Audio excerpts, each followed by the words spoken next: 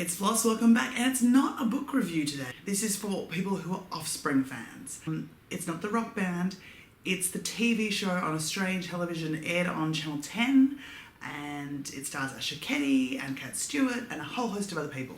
It's been off screens for a while, but it returns this Wednesday, the 29th of June. I am in celebration because it's Offspring week. I am, of course, wearing my multiple scarves in honour of our crazy scarf enthusiast Nina, who cannot function without at least one scarf around her. Some people are pretty excited. I, many moons ago, used to recap Offspring on my blog. The show is equally parts to me a frustrating experience meets really beautiful drama comedy moments. I watched Offspring in the early years, both loving elements and hating elements. If you go back and read my blog post, you'll see that the 5th season annoyed me greatly in terms of it was the post-Patrick season, and the shadow of Patrick and the ghost of Patrick loomed large, and they unfortunately had to rush through some actually pretty interesting storytelling towards the end as they tried to fit all the pieces together once they realised they weren't going to get another season. So it kind of left everything tightened off with a bow, and then now we're back, and they kind of have to undo that bow. So this is going to be a pretty non-spoilery review of the season, which was up on 10 Play now, ahead of its airing on Wednesday night. The joy of being at home, I get to watch some stuff. Warning, there is one plot point to discuss the rest of the app I'm going to have to spoil, so if you don't want to know anything at all, go now. Leave. Say goodbye. Okay, Darcy passes away. We don't see this, it happens off camera, it happens very early, like first 5 minutes, so I haven't spoiled anything too catastrophic, but it really kicks off the whole thrust of the season and the first episode. Nina is in a good, bad place. We're kind of given hints about what has happened in the gap of time. Nina and Leo have a loaded history that we're not fully explained in this first episode that airs. I know that they're teasing about what has happened without revealing too much to further explore down the track. Look, I reserve my judgment. I will maybe talk about it at the end a little bit in spoilers. Billy returns for Darcy's funeral, and her and Nina have some great, hilarious sister moments. Brother Jimmy is still in a good place with Zara, and they're still running the taqueria. Geraldine is being Geraldine, and she's making it, as always, all about her. And she was an element that I continually found frustrating about this show, in that she just is the most annoying character who's just every drama is about her. She's incredibly, and she still remains to it, even in this episode, hypocritical. I just don't like her. She just annoys the crap out of me. Ugh. What I liked about this episode that I can say without spoiling too much is that Nina got to be her usual crazy, zany self in her head and do stupid things and say certain things, but she also got to be professional, and that's kind of one of the things that I used to get angry about, was that he was a woman who in her head was sure nutty and everyone's allowed to be, but oftentimes in those previous seasons that would almost border into her professionalism, and I'm kind of like, she's a doctor at an inner city hospital in Melbourne. She should be able to function beyond going, blah, blah, blah, blah. So in this episode especially, they give her a chance to kind of be a good doctor and do good doctoring-y stuff. I think the episode does a better job with Cherie as well, who in the past has had problems being either the centre point of a plot or not there at all, and tonally she's all over the shop. Is she a comic relief? Is she the serious drama? They didn't know what to do with her.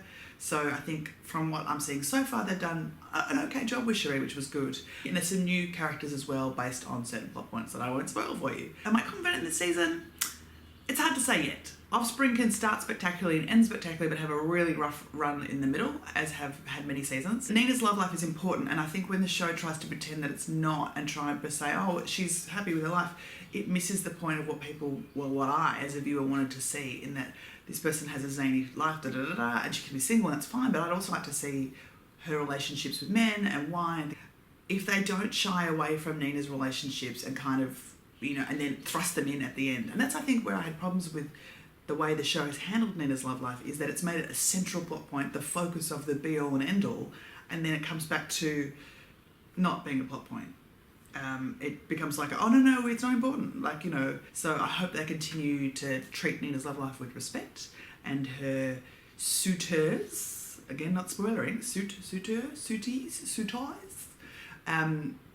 with respect as well. Look, I don't know if I'm going to recap every episode of Offspring. I might, depending on where I am, what I'm doing in my life. Who knows, right? Who knows? But If you're an Offspring fan, I would say watch the first episode back. It is nice to see a lot of familiar locations and places, and as a Melbourneite, it's always really cool to see some of the settings and locations and go, hey, I know where that is. Watch the first episode, enjoy seeing some of your favourite characters come back, and I'd be interested to know, let me know in the comments below if you want me to recap Offspring every week. Let me know if you were watching it, if you loved the show, what your favourite moments were. One of my all-time favourite moments still to this day is season 1, Mick singing to Nina and Billy about your sister was a 6. And you can still find it on YouTube. I'm going to put it in the links below. It is the funniest thing ever. That song gets funnier when you listen to it, and it will be in your head for a couple of days. Trust me. Now, there are a couple of points that I'm just going to do some quick spoilery stuff. So if you haven't watched the episode yet, or you want to wait until Wednesday, from this point on, right now, I'm going to do spoilery stuff. So head away. If you do watch this video and want to respond to my comments, my spoiler part comments before the episode is aired on Wednesday night, just put spoilers in the comment section. After Wednesday night, though, it's a free-for-all. That's my rules of television watching. After the episode has aired, don't be on the internet if you don't want to know shit. It's the rules.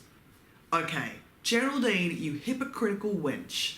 I struggle with Geraldine so much in so many ways, and the introduction of Darcy's illegitimate child, Will, the lawyer Will, was fine. I was actually on board with that. I quite liked that as a plot point. It made sense. Darcy and Geraldine have always had a very open, uncommitted relationship, that they would have offspring, including the fact, Geraldine, that Nina was an illegitimate child. Geraldine loses her shit at the post-funeral thing at the Tuckeria and just, throws food and shit at the mum. Yes, she's stoned. It doesn't matter. It's typical freaking Geraldine going, you slept with someone else and had Nina and then tried to pass Nina off as that child. Come on. Don't even, Geraldine. Don't even. Why, Leo? Why Leo and Nina can't be happy together? And Nina, I know that you were hurting. I know that your father had just passed away. But Leo asked you to answer the phone. He said to you twice, answer the phone. You chose not to answer the phone. So don't be all up in his business about that. I got a little bit shitty on Leo's behalf for that. I also wish that maybe I hope there's some kind of flashing back to the Leo-Nina relationship and how it unravels, or how it maybe isn't unraveling, but still, I hope they've pulled it apart to reignite them together. That's kind of what I'm hoping, because I feel like when Leo and Nina got together last year, it was incredibly rushed.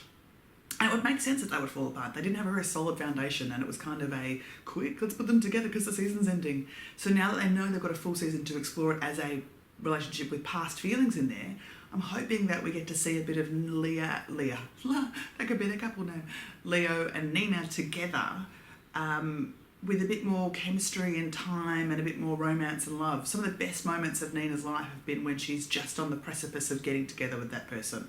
So when her and Chris Havel were like, the chemistry was there and it was happening. Ooh, I was tuning in for that every week. And when Patrick and her were actually together, that kind of stuff was happening, I was there, and I loved a bit of that. I love Nina being on the edge with the chemistry and stuff like that. So I'm happy with that. Billy, I get we've now got Mick, who is obviously Eddie Perfect. I don't know if he's returning to the show at all, but he definitely wasn't in this episode, and I think that we're probably going to have him be a bit like she was when she was pregnant in real life and in New Zealand because of the ash cloud. We're going to do a lot of FaceTiming to Mick, so I'm not sure. I did like the little note in the wish jar that said, I want my own life, that she had said, in that she has sort of been following people around her entire life, following their jobs and careers, so I like what that's going to open up this season for her as a character. But I've always loved Billy. I think Billy's a really well done character in terms of her flaws and her drives and her quick to draw reactions to things, I think, and her self introspection or self analysis of trying to stop that always comes apart really, really badly. I love that Jimmy and Zara are still together and kind of this kind of hippie bohemian couple thing that seems to work for them. I love Jimmy as a character, from such a character I used to hate in season 1 and 2. Hated him so badly. He's great and continues to be this kind of earnest, excitable young man who loves the life of a family. And I think that's what was great for him, is getting him together and getting him a family was actually a really good step for him as a character. Look, as much as I don't love physical comedy in the show like that, I did think Nina's thing that she was helping Zara with was pretty funny. I think Asha Ketty is a gifted physical comedian, and again, one of my most favourite things of the show was the episode where she gets pissed and goes dancing and thinks she's like an awesome dancer, and they flash to what she really looks like. And then that subsequent Hangover episode where she meets as I like to call him, Hipster Jesus. That whole episode was brilliant, where she's like, she goes to the homeless taco truck. That was hilarious. Mildly confident is how I've described this season so far, or the first episode, in that it's good to be back. I do like these characters. I hope they take them in good places.